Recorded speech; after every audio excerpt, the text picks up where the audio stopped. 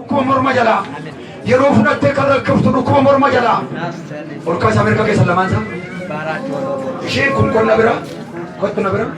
kana dura morma kee keessaa kana kee keessaa nagaa sira hojjaa tureera siinan jira jedhe asiki daddaf sa'aatiin qabane maalan arga sirratti na dhagayin cannaqameen hin booyin hin duduunfatin nama dhiphatu hin jaalladhu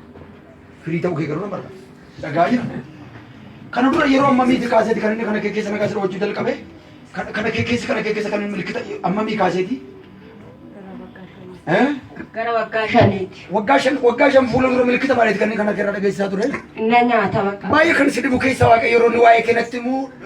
madaa wayiin kana keerratti argaa madaan kun waaqayyo gooftaan macaa opereeshinii ta'uuf ji'a shantu shaafa isa booda kun ishee keessi madaa egaa madaa oftee booda namni qabee gadi baasu inni baa rakkina kanarraan kan ka'e kun ishee keessa cufamee lubbuun ishee darbaa har'a garuutu kun hin darbinin harkaan qabee fayyisa.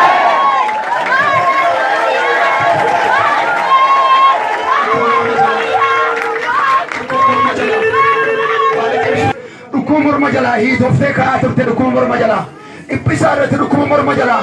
nagaan laanneefate dhukkuba morma jalaa si argaa jira waaqayyotu si natti argisiisaa jira dhukkuba morma jalaa akka waa liqimsin akka waa nyaan akka waa liqimsitee gadi buuftee ol hin buufne gochaa jirta dhukkuba morma jalaa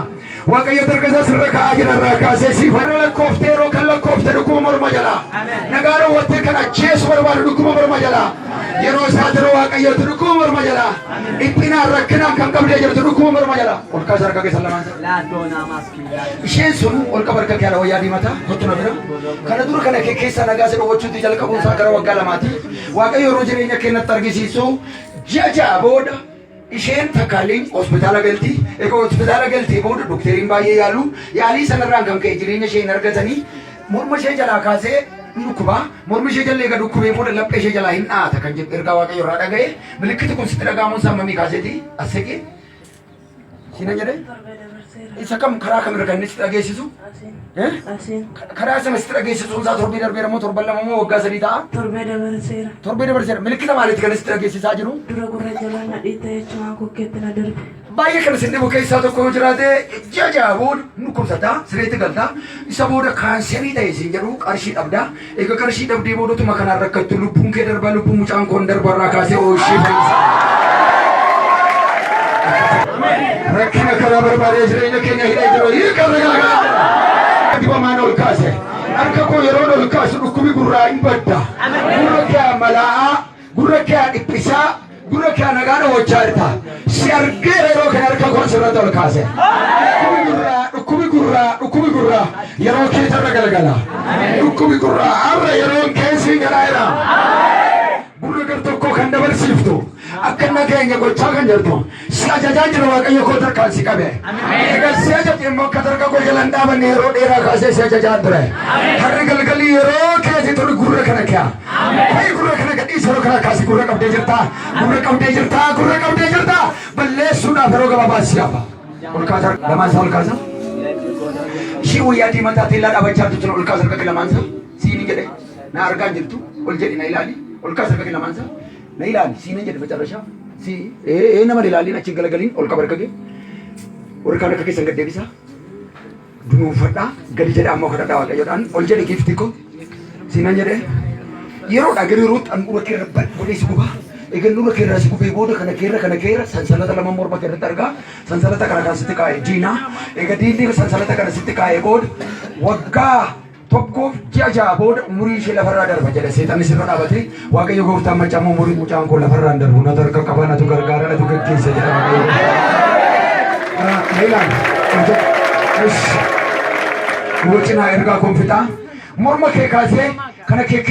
keessa nagaa si dhoowwachuutti ka'uunsaa gara jechaati siinan jira ol kaasa akka kilamaansa na dhagaan jirtu anni ishee teellaan hin jechaa jira simiti si maan hin jechaa jira ol qaba harka kee gaddeebisi jennee fuula gurraan rabbashina no siin hin jechaa jiru akka jettu morma kee si qaba siinan jira haa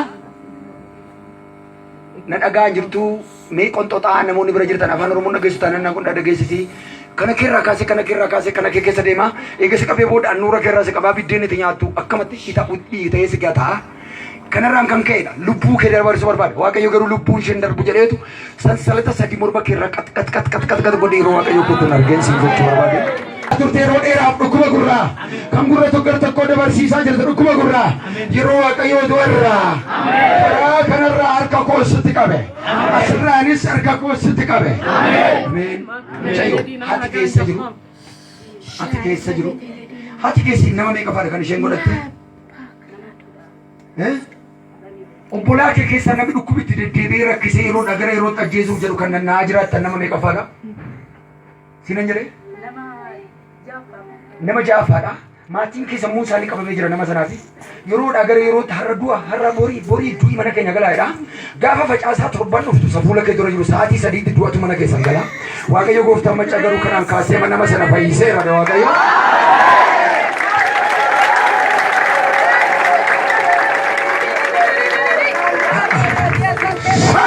Arama fayyana sidar kan nama qabe Yesuus Kiristoos.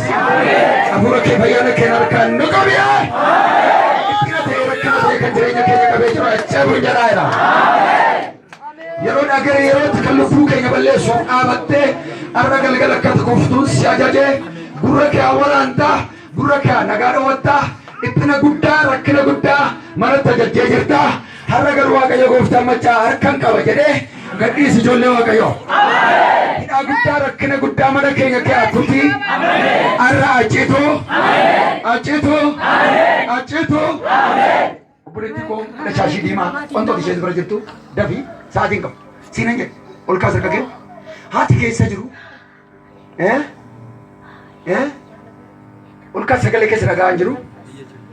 biran darba waan inni dubbachuu barbaade siinan jedhaa jira eeyya jiru haati kee biyya jiru yeroo dhagara yerootti harmeen kee dugda keessa himatu dugda isaanii ni himatu harmeen kee siinan jedha jira na bira kottu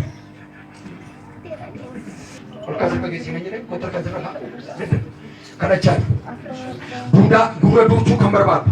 yeroo dhagara yerootti gurra duuchii ta'e nagaa dhawachuu kan barbaadu harmeen kee dugdaatti dugda isaanii rakkachuutti ka'uun isaanii waggaa meeqa kaasanii? Ammam? Waggaa shanii kaasanii waa'ee dugda isaanii sana maal isinitti himatu?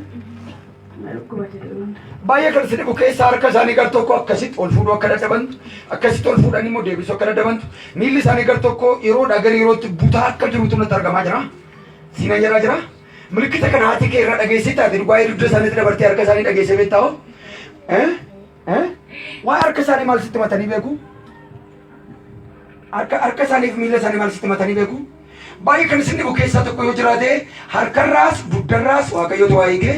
Maaliif harkarraas dugdarraas waa hiittennaan dugdi kun hojii dhaabaa eega hojii isaa dhaabee booda harmee ishee sirreetti galu eega sirreetti galanii booda namatti harka qabee kaasaa mukaan adeemu jedhee mukaanatu isaa hin adeeminen harkarra kaayee amantii kee ilaalee harmee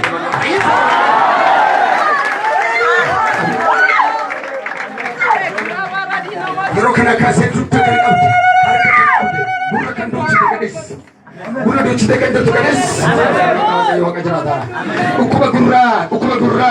gurraa si argaa jira dhukkuba gurraa yeroo isaatira waaqayyooti dhukkuba gurraa humni rakkisaan obboleetti koo obboleessa koo qabdee jirtu dhukkuba gurraa bara hiitee yeroo hiitee qabdee kan jirtu dhukkuba gurraa haala gaddartee kan nagaa dhawwachaa jirtu dhukkuba gurraa hidhaa gurguddaan kan jireenya ishee nagaa dhawwattu dhukkuba gurraa bara keessatti kan nagaa dhawwattu dhukkuba gurraa waaqayyotu siin na argisiisaa jira baay'ee harka koo jalaa hiikam dhaga yeroo kanaa kaasi gurra kanaa dhaga yeroo kanaa kaasi gurra kanaa dhaga yeroo kanaa kaasi gurra kanaa dhaga yeroo kanaa kaasi gurra kanaa dhaga yeroo kanaa kaasi gurra kanaa dhaga yeroo kanaa kaasi gurra kanaa dhaga ol kaasa harka keessanii obboleessa koo abbaa shaari qabbaatti jirti ol kaasa harka kee lamaansaa maal akka ta'e hin beeku siin argaa na ilaali siin eegansi argee booda jireenya kee keessaa hidda wal yaabee jiru karaa gurra keetii karaa kana argaa kanarraan kan kee gurra kee yerootti karaa kana kee keessa gadi soorana kottu na bira siinan jedhaa jira kanarra gadi soorana karaa kana gurri kee isa kana jechuudha karaa kanarra yeroo nagaa isa dhawwachuutti jalqabuun isaa gara waggaa ja'aati kun xinnummaa keetti kaaseeti sirrii milikitu kun sitti dhaga'amuu saafaatii keef abbaa kee waa'ee gurra keetii kana waan godhan qabu yeroo ijoollummaa keetii kana gurra koo keessa qabattee kana kootti gadi na dhukkubaan iddoo inni kootti. Ammamii kaaseeti kan inni kanas gochuu jalqabee? Waggoota danuu ture. Afuurri waaqayyo yeroo waa'ee kanatti gurri kee haruma isaa duudee hojii isaa dhaabuuf waggaaf ja'a tafa. Waaqayyo gooftaan machaa garuutu gurri mucaa koon duudii narra harkarra ka'a jedheetu